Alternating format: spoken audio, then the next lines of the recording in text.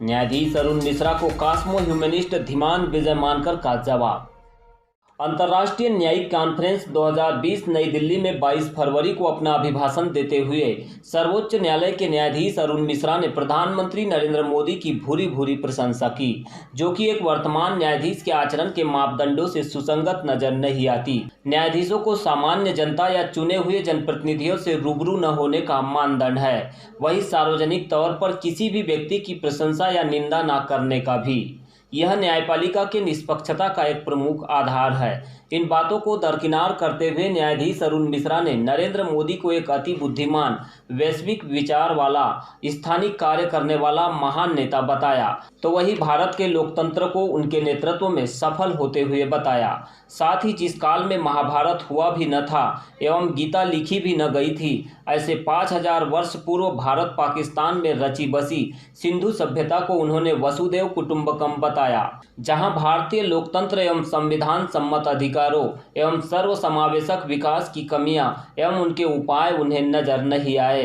वहीं उनके मत से न्यायपालिका यह लोकतंत्र के रीढ़ की हड्डी है, तो कार्यपालिका दिमाग एवं विधिपालिका उसका बिल। न्यायाधीश अरुण मिश्रा ने न्याय मंत्री रविशंकर प्रसाद की भी जमकर तारीफ की। यह सब प्रधानमंत्री, न्याय मंत्री एवं सीजेआई के उपस्थिति में भरी सभा में उन्होंने कहा। Honourable prime minister of India Shri Narendra Modi ji, honourable chief justice of India Shri Sharad Arvind Bobde, honourable union minister for law and justice Shri Ravishankar Prasad, honourable chief justice N V. Ramana, honourable chief justice L. Nageswara Rao, attorney general for India Shri K Venugopal, Honorable Chief Justices and other judges representing various countries, my brother and sister judges sitting and former, India is a responsible and most friendly member of the international community under the stewardship of internationally acclaimed visionary Prime Minister Shri Narendra Modi. India is committed to constitutional obligations and dedicated to a peaceful and secure world, free from terrorism.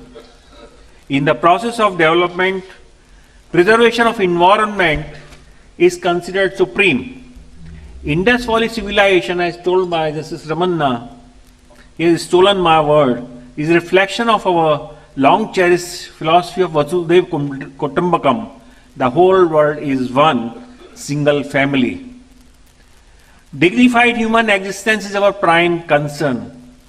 We thank the versatile genius who thinks globally and act locally, Shri Narendra Modi, for his inspiring speech, which would act as catalyst in initiating the deliberations and setting the agenda for the conference. We express our gratitude for inaugurating the conference to the Prime Minister. हम उनके विचारों से बिल्कुल भी सम्मति नहीं रखते, वह इसलिए कि संविधान, मानव अधिकार, लोकतंत्र, भूमंडलीकरण, पर्यावरण, अंतर्राष्ट्रीय संबंध, विज्ञान, प्रौद्योगिकी व इतिहास को पढ़ने के बाद हमारा यह स्पष्ट मत है कि भारत का लोकतंत्र सबसे बड़ा है, पर अभी भी वह अंतर्राष्ट्रीय मानकों के हिसाब से इम्परफेक्ट है, अपरिपूर्ण है एवं अंतर्राष्ट्रीय क्रमांक में वह 51वें क्रमांक पर है। न्यायाधीश अरुण जी मिश्रा को यह बात नज़र क्यों नहीं आई कि 2006 से 2019 तक हम डेमोक्रेसी के इंडेक्स में 10 पायदान नीचे आ गए हैं एवं नागरिक व राजनीतिक स्वतंत्रता मोदी सरकार के आने के बाद देश में बढ़ी नहीं अपितु बहुत ज़्यादा कम हुई है। अंतर्राष्ट्रीय मानवाधिकार कानून पर भारत ने हस्ताक्षर करने के बावजूद उन्हें संविधान संशोधन करके संविधान में समाविष्ट नहीं किया है। वही न्यायपालिका ने भी संविधान का विश्लेषण करते हुए मानव अधिकारों का विस्तार जिस तरह से करना चाहिए था वह नहीं किया है। मोदी सरकार के 6 वर्षों में भारत के कई सामाजिक व आर्थिक आंकड़े ऊपर नहीं नीचे की ओर जा रहे हैं, जैसे कि 45 साल की सबसे बड़ी बेरोजगारी एवं 30 सालों में जो कभी नहीं हुआ वह 4.5% गिरता हुआ जीडीपी, 1% लोगों के पास जहां देश की 85% संपत्ति हो गई है, वही 5% भारतीयों के पास 4% भी संपत्ति नहीं। 2150 अरबपतियों के पास देश के केंद्रीय बजट से अधिक अर्थात 300 लाख करोड़ की संपत्ति हो गई है। वही बैंकिंग फ्रॉड कर देश से भागे हुए चौकसी भाई संदेशिया, मेहता, ललित व नीरव मोदी एवं माल्या व अन्य को अभी तक भारत में लाने का कोई सफल प्रयास मोदी सरकार नहीं कर पाई है। 125 लाख करोड़ की काली अर्थव्यवस्था को सफेद करने में मोदी सरकार एवं सर्वोच्च न्यायालय के अंतर्गत गठित एसआईटी भी अकारगर सिद्ध हो गई। वही संवैधानिक आरक्षण, न्यायपालिका में महिलाओं, अल्पसंख्यकों एवं SC ST OBC के प्रतिनिधित्व पर कोई प्रोग्रेस नजर नहीं आता है। अखिल भारतीय न्यायिक सेवाएं अनुच्छेद 312 में होने के बावजूद आज तक शुरू नहीं हुई, तो वही अनुच्छेद 130 में सर्वोच्च न्यायालय की देश की अन्य जगहों पर बेंचेस बनाने के लिए सुप्रीम कोर्ट ने अपनी ओर से कोई विशेष प्रयास नहीं किया। ऐसे अनेकों उदाहरण हम यहाँ बोल सकते हैं। न्यायपालिका ने स्वयं बेंगलोर सिद्धांत पर हस्ताक्षर करने के बावजूद अंतर्राष्ट्रीय मानकों के अनुसार न्यायपालिका को निष्पक्ष एवं जवाबदेही बनाने के लिए कोई ठोस कदम नहीं उठाए हैं। हमारे मत से लोकतंत्र का दिमाग यह कार्यपालिका नहीं, वह विधि पालिका होती है, क्योंकि विधि पालिका को ही संविधान में संशोधन कर उसे विस्तारित कर सही कानून बनाने का वैश्विक कार्य करना होता है। यदि विधि पालिका में जो न्यायपालिका रीढ़ की हड्डी है वह लोकतंत्र को खड़ा नहीं रख सकती है, तो हमारे लिहाज से लोकतंत्र का आधार ना तो न्यायपालिका है, ना विधि पालिका और ना ही कार्यपालिका है। उसका आधार सुजान नागरिक है। ज्ञान, विज्ञान एवं मानवता व लोकतंत्र की समझ यह केवल न्यायाधीशों को या सांसद विधायकों को या मंत्रियों को ही होने की जरूरत नहीं।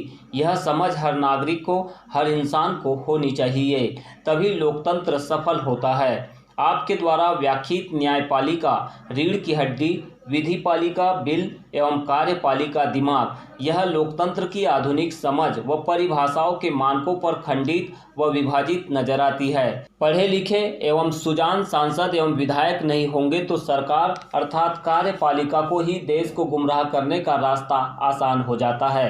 अंततः मैं API की ओर से एवं भारत का एक पढ़ा लिखा सुजान नागरिक होने के नाते न्यायाधीश अरुण मिश्रा को यह कहना चाहूँगा कि हमारी सिंधु सभ्यता यह 5000 वर्ष से भी प्राचीन है एवं उस समय वैदिक धर्म का प्रादुर्भाव नहीं हुआ था। वैदिक धर्म का प्रादुर्भाव यह केवल 3600 साल पहले आर्यों के आगमन के पश्चात हुआ है। सिंधु सभ्यता में धर्म, जाति, पुरोहित व पूजा पाठ जैसी संकल्पना नजर नहीं आती है। वही मानवता व प्रकृति से संबंधित थी, ना कि धर्म से। प्रकृति, विज्ञान व मानवता को समझने वाले किसी भी इंसान व समाज को वसुधैव कुटुंबकम जैसे अवैज्ञानिक, काल्पनिक व अनैसर्गिक शक्ति पर आधारित संकल्पनाओं की आवश्यकता नहीं। वह इंसान एवं मानव समाज यह समझ सकता है कि इस सृष्टि, अंतरिक्ष व प्रकृति में अनेक नियमों व सिद्धांतों के अनुसार हम इस प्रकृति का अभिन्न हिस्सा है और इस लिहाज से हम सृष्टि व प्रकृति में एक रूपेण है। अरुण जी मिश्रा को सिंधु सभ्यता के पूर्व की सभ्यता व इतिहास की याद क्यों नहीं आई, जहां इंसान को केवल इंसान कहकर कोया व जोहार कहा गया है। सल्ला घाघरा एवं मोद वेड़ची अर्थात प्रबुद्ध बनने का मार्ग धर्म से परे प्रकृति और मानवता के आधार पर दिया गया है। वह संस्कृति ना तो वसुधैव कुटुंबकम की थी, ना कि सिंधु सभ्यता थी, अपितु वह कोया जोहार वाली महान मानवतावादी गोंडवाना लैंड की सभ्यता थी, जिसने इंसान को इंसान समझकर प्रकृति के साथ जीना सिखाया। यदि आपके शब्दों में इसका उल्लेख आता, यदि सभ्य सत्ता सुखी होंतु का उल्लेख आता, तो वह ज़्यादा सुसंगत होता। यह विचार मैं इसलिए दे रहा हूँ क्योंकि आपके विचार सार्वजनिक मंच से दिए गए हैं एवं मीडिया ने उसे सार्वजनिक भी किया है। एक इंसान व नागरिक होने के नाते जिस तरह आपको विचारों के अभिव्यक्ति की स्वतंत्रता है, उसी तरह मानव अधिकारों एवं भारत के संविधान के तहत हमें भी है। हम न्यायाधीश अरुण मिश्रा के उपरोक्त दिए गए विचारों को अपरिपक्व एवं अपरिपूर्ण मानते हैं एवं इसमें हमें मोदी सरकार के प्रति राजनीतिक झुकाव भी नजर आता है, जिससे हम इत्तेफाक नहीं रखते हैं और हमारे विचार, विश्लेषण एवं समझ से पूर्णतः सही नहीं है। आपको लोकतंत्र के आधुनिक विचारकों को जैसे कि David Beetham, Robert Dahl, James Fishkin, Joshua Kurlantzick, Paul Cartledge इत्यादि को पढ़ने की विशेष आवश्यकता है। मोदी सरकार यह संविधान, मानव अधिकार, लोकतंत्र और सर्वसमावेशक विकास को पुरस्कृत करने वाली नीतियों वाली सरकार नहीं है। यह हमारा स्पष्ट मत है एवं न्यायाधीशों के बेंगलोर सिद्धांतों के अनुसार आचरणों का सम्मान करते हुए हम अपनी बात को सहसम्मान सार्वजनिक कर रहे हैं। उम्मीद करते हैं कि कोई दिन ऐसा भी आएगा कि अपने आचरणों एवं मानदंडों के सीमाओं को ध्यान में रखते हुए भारत की जनता से एक तरफा नहीं, दो तरफा संवाद कर सार्वजनिक मंच से यह बताने में न्यायाधीश सफल होंगे कि संविधान एवं मानव अधिकारों की परिभाषा जो वे समझते हैं वह अंतिम नहीं है, अपितु जो लोग समझते हैं वह सर्वोपरि होता है। यही human rights, democracy, rule of law एवं इंटरनेशनल ऑर्डर ऑफ जस्टिस का सार है, जो विज्ञान, प्रकृति व मानवता के अनेक नियमों, सिद्धांतों व समाधानों को परिभाषित करने वाला कॉस्मो ह्यूमनिस्ट बोल रहा है। जय विज्ञान, जय इंसान, जय संविधान। धन्यवाद। सर्वोच्च न्यायालय का सम्मान करते हुए ये कह रहा हूं कि हम सर्वोच्च न्यायालय का रिस्पेक्ट करते हैं, लेकिन हम ये नहीं मानते कि केवल जजेस को कॉन्स्टिट्यूशन समझता है, केवल जजेस को ह्यूमन राइट्स समझता है। हम इस बात को जानते हैं कि भारत के लोगों को कॉन्स्टिट्यूशन और ह्यूमन राइट्स समझता है। और मैं पहले भी एक बार भारत के जजेस को विनम्रता से इन्विटेशन दे चुका हूं कि अगर आपको कंडक्ट अगर परमिट करते हैं तो एक बार अपने कंडक्ट को छोड़कर खुली चर्चा के लिए हमारे साथ स्टेज पर आ जाइए। भारत के लोगों को पता चल जाएगा कि जजेस को ही नहीं, भारत के लोगों को और विशेषता एपीआई के लोगों को संविधान और ह्यूमन राइट्स ज्यादा अच्छे तरीके से समझता है। ये बात जो है मैं मोदी को चैलेंज नहीं कर रहा हूं, आज मैं जजेस को बोल रहा हूं कि मैं ओपन इन्विटेशन दे रहा हूं। अगर आपको आपका कंडक्ट परमिट करता है तो आप हमारे साथ खुली चर्चा कर सकते हैं, अदरवाइज हम आपके कंडक्ट को रिस्पेक्ट करते हैं। हम जानते हैं कि आपको मिक्स होने का अधिकार नहीं है, हम उसको रिस्पेक्ट करेंगे। ये जो जजेस बन रहे हैं देश के अंदर, इन्होंने एक प्रोसीजर बना लिया, कॉलेजियम सिस्टम। द जजेस are selecting the judges are appointing the judges. The judges are selecting the judges. कौन वकील जज बनेगा ये भी जज डिसाइड कर रहा है। कौन हाई कोर्ट का जज सुप्रीम कोर्ट में जाएगा ये भी जजेस डिसाइड कर रहा है। हमारा संविधान, ये देश का एकमात्र ऐसा संविधान हमारे संविधान में नहीं है, ये हमारे संविधान में constitutional interpolation by judicial review है।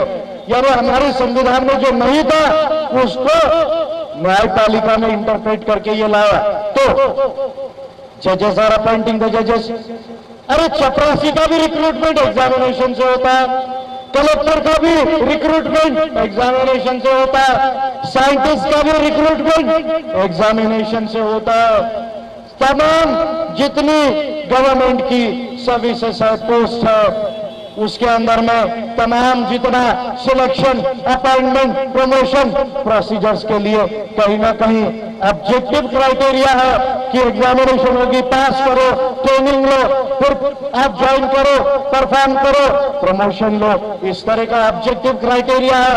लेकिन वकीलों को जज बनने के लिए किसी एग्जाम की जरूरत नहीं, केवल जजेस के आशीर्वाद की जरूरत है। हाई कोर्ट के जज को सुप्रीम कोर्ट का जज बनने के लिए कोई जुडिशियल कमीशन से ऑब्जेक्टिव इवैल्यूएशन की जरूरत नहीं, उन्हें सिर्फ जो है कॉलेजियम सिस्टम के रिकमेंडेशन की जरूरत है। तो दो बातें इसमें करना होगा। क्या करना होगा? एक, आर्टिकल 312 अनुच्छेद 312 के तहत जो ऑल इंडिया जुडिशियल सर्विसेज का प्रोविजन ऑलरेडी हमारे संविधान में है, 312(3) में ऑलरेडी हमारे संविधान में अखिल भारतीय न्यायिक सेवाओं का प्रोविजन है। उन प्रोविजंस को लाने के लिए एक पार्लियामेंट लॉ बनाओ, इमीडिएटली उन सर्विसेज को स्टार्ट किया जाए। कोई भी लड़का जो ग्रेजुएट ना ग्रेजुएट होता है वो एग्जाम दे सकता है और उसका सिलेक्शन हो सकता है, वो ट्रेनिंग ले सकता है, आईडीजे एडिशनल जज बन सकता है, डीजे बन सकता है। और कोई भी लड़का जो 21-22 साल में अगर एडीजे बन जाएगा तो 35-36 साल के बाद वो हाई कोर्ट का जज बन जाएगा। और हाई कोर्ट का जज अगर वो 40 साल के अंदर बनता है तो सुप्रीम कोर्ट का जज वो 50 साल तक बन जाएगा। 67 ईयर्स तक वो सुप्रीम कोर्ट का जज रह सकता है। अखिल भारतीय न्यायिक सेवाएं ऑल इंडिया जुडिशियल सर्विसेज को जो ऑलरेडी प्रोविजन में है, मैं मोदी जी की सरकार से कह रहा हूं कि आप तमाम तरह के मन की बातें करते रहते हो, आप संविधान की बात क्यों नहीं करते हो? मन की बात तो आप करते हो लेकिन संविधान की बात नहीं करते हो, मानव अधिकारों की बात नहीं करते हो। आपके मन में जो आता है वो बात आप रेडियो पर जाकर करते हो, लेकिन जो संविधान में लिखा है, जो ह्यूमन राइट्स में लिखा है, वो बात आप नहीं करते हो।